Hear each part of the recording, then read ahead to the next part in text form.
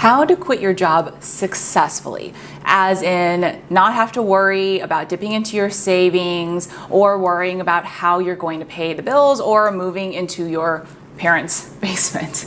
That's what we're going to talk about today. Hi there, if you're new here, my name is Louisa Jo, and I'm the creator of the Employee to Entrepreneur system.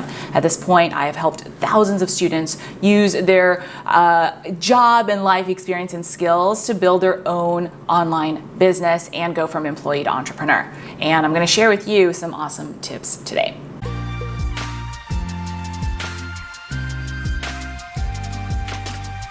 All right, so first let's dispel a very common myth. There's this very sexy idea that a lot of successful entrepreneurs are the ones who burn the boats. They turn in their notice, they go all in into their business, and somehow they just pull through against all odds and make it work.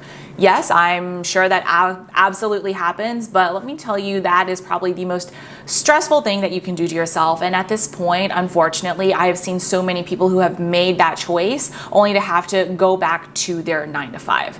Now, I am an incredibly risk-averse person. Back when I was in my corporate job, I'd worked my butt off to go to a good school, to get a good job, to get a good salary, to get a good position. And I was not going to just throw that all away on the off chance that I could succeed as an entrepreneur. That being said, I knew I wanted to quit my job and to do it in a way where I would be successful and I would never have to go back to my employer or another employer and say, "Oh, please take me back." And so how did I do that? I built my business while I was still in my job. And I actually managed to build my business to 6 figures before I turned in my notice. So I basically replaced my salary before I turned in my notice. That gave me a really good runway after I left my job. I had momentum going, so I had a lot to do. I wasn't just sitting around thinking, oh my gosh, how am I going to pay the bills next month or anything like that. And so I've got 3 really great tips for you that I used to be able to do that and that I've since shared with so many students to help them go from employee to entrepreneur. The first tip I'm going to share is to keep it simple. What I mean by that is that there are lots of different business models that you can use to build a business. However, the simplest, easiest, and fastest one to start with for most people is some sort of service-based business. Now, this is all relative. When I say easiest, fastest, relatively, it's compared to a lot of other business models. However, that doesn't mean that it's going to be easy or fast, period. It's not like you're gonna go out there tomorrow and make 6 figures. I wanna make that super clear. You've got to be willing to put in the work. If you are, it's absolutely doable. And so what I recommend is usually taking some of your existing job skills or something that you have experience in, even if it's not related to your job, and offering that as a service for others. Now, if you're not sure what you could do, I've got a great video on that I'm going to link for you either somewhere on the screen and or in the description below. So make sure you check that out as well. And I promise you, we all have skills right now that can be turned into a service-based business. I just am going to help you find it in that next video. Okay, so with that, let's get back to how to keep it simple. You have a service and then you're going to go out there and sell it. And what you're going to do is you're not going to do anything that charges by the hour or anything like that. You are going to charge for a set package that is results focused. And so what you're doing right away is you're leveraging your experience and you're figuring out the best way to charge a premium for it to attract the most premium clients, which also means that you need fewer clients to be able to replace your income. So some super simple math, I'm going to keep the numbers simple just so you can see. Let's say you need to make $5,000 a month to replace your salary. What I usually recommend is that you aim for double that in your business, because you're going to have business expenses, you're going to have taxes and things like that. And so a really safe benchmark is to be making twice your salary per month. And so let's say you need to make $10,000 a month. If you are able to charge a $2,000 coaching package, then all you need to do is make 5 sales a month to be able to do that. Versus with other business models, if you're selling a $100 or even a $50 or a $10 product, think about how many sales you'd have to make to be able to replace that same amount. And if you're thinking, no, there's no way I can charge that, don't worry, you can. As I said, at this point, I've helped so many people do that. Get started with the idea. That video is probably also going to teach you a little bit about how to price it, and I've got other videos as well after you get that idea on how to charge a premium price that your customers are happy to pay for. That's super important. Okay, so keeping it super simple, you're focused on that. You've got a simple business model and you are doing some sort of coaching or consulting or done for you work to be able to charge that premium. And all you're doing again is taking your existing skills and services. What do you do next? So step number 1 was to keep it simple. Step number 2 was to only focus on the things that actually matter to growing your business. And I have a concept for this that I use to really keep myself in check. And that concept is the idea of sales activities. So what I did in the beginning of my business, or before the beginning of when I started succeeding in my business, I had a lot of failed attempts. And a lot of the failed attempts were due to me spending time on the wrong things. I wasted way too much time setting up a gorgeous website that no one ever visited because I had no website traffic. No one knew about me. Doesn't matter how beautiful your website is if no one is visiting it. I spent time trying to blog, trying to write articles. Again, no one cared. I spent a lot of time working on the emails that I would send to my email list. Guess what? I had 0 email subscribers on my email list, so it didn't matter. So these are things that, yes, there is a time and place for them, but not in the beginning when your sole focus is to get out there to connect with potential clients and to get paying clients. And so I sat down and thought about, okay, if my goal is to connect with potential clients and get paying clients, then what is the best way for me to go about this? What are the only things that are going to help me do that in the fastest way right now? And I realized, okay, it really does come down to actually talking to potential clients and getting in front of them, not waiting for them to come to me. And that is a super important concept or principle. And so what I did was I wrote down all the ways that I could think of to get in front of my potential clients. And some of those ways are to hang out where they were hanging out online, whether that was an industry specific forum, whether that was, so for example, when I was doing Microsoft Excel consulting, there are a lot of forums dedicated to Microsoft Excel. So forums like that.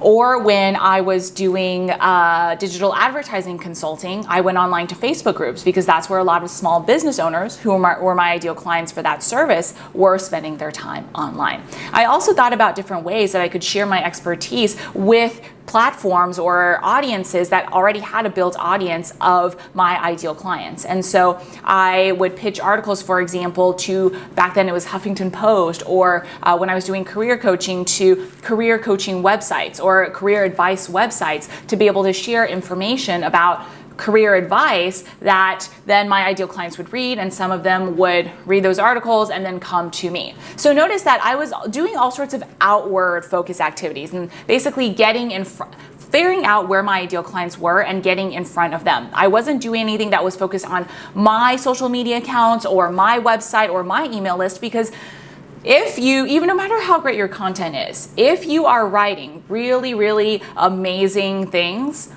and no one is seeing it, it's not serving its purpose. And so I started by getting in front of built audiences already, right? And then getting in front of them. And so that was the key. And so I would break it out where every single, I don't want to say every day because I'm not a machine. There were days when I would come home from work and be really tired, but most days, let's just leave it at that, I would have blocks where I would say, okay, this is the time I'm going to do this sales activity. And it wasn't like I had that much time. I had a very demanding job. So some of those time blocks were just 15 minutes long. And I would say, okay, this time I'm going to go into this Facebook group. I'm going to look for questions on ads. I'm going to answer them in and out, right? So really, really focused on that. And I've got another great video for you on how I managed my time on the side that I'll share with you in just a bit while building a business and managing my job. But the key focus to understand first is to identify the sales activities. And I listed out a bunch for you already. And in fact, those are some of the top sales activities that I recommend new students who are wanting to build their own business on the side focus on. Another great one is to reach out to people in your network and say, hey, Do you know someone who would be interested in hiring me? So you're not asking your network to buy from you unless they are a good fit too, but you're asking for referrals, and you'll be surprised by how many people that the people you know might be able to connect you with. So those are the top types of sales activities that I was focused on. Tip number 3 I have for you is let me just lay it out there and then we'll talk about it. So the tip is to focus on the money. Now, this usually brings some mixed feelings for a lot of people because I know you want to do amazing things, right? Focusing just on the money doesn't feel good, and you want to be focused on helping people and making a positive impact in the world as well. I totally get it, and I absolutely feel and felt the same way. I mean, otherwise, if you're doing something you don't enjoy, that you don't find fulfilling in your business, how is that different from having a job? Why not just stay in the job? At least you get a steady paycheck. And so, that being said, the thing is, if you are just focused on, okay, let me do amazing stuff and, I'll wait and see when the business comes, yes, that is one way to do it, but you could be waiting for years. And so the shift is to think about it this way. First, understand that when you put out amazing value, you deserve to get compensated for it, right? And so when you are getting paid, it's not like you are scamming anyone or ripping them off. You are delivering. You are delivering your time. You're delivering your experience. You're helping someone get the results. All of those things you deserve to be compensated fairly for. So when you make that reframe, it's not a bad thing to be paid. It's someone wants to pay you. Let me tell you, if you're working with a client, if they don't want to pay you, they won't. Right? If they don't want to hire you, they won't. So you don't have to worry about that. Your clients are smart, mature adults who can make their own decisions. And so when you make that reframe, what you're able to focus on is, okay, what do I need to do to make my next $1,000, $2,000, $3,000?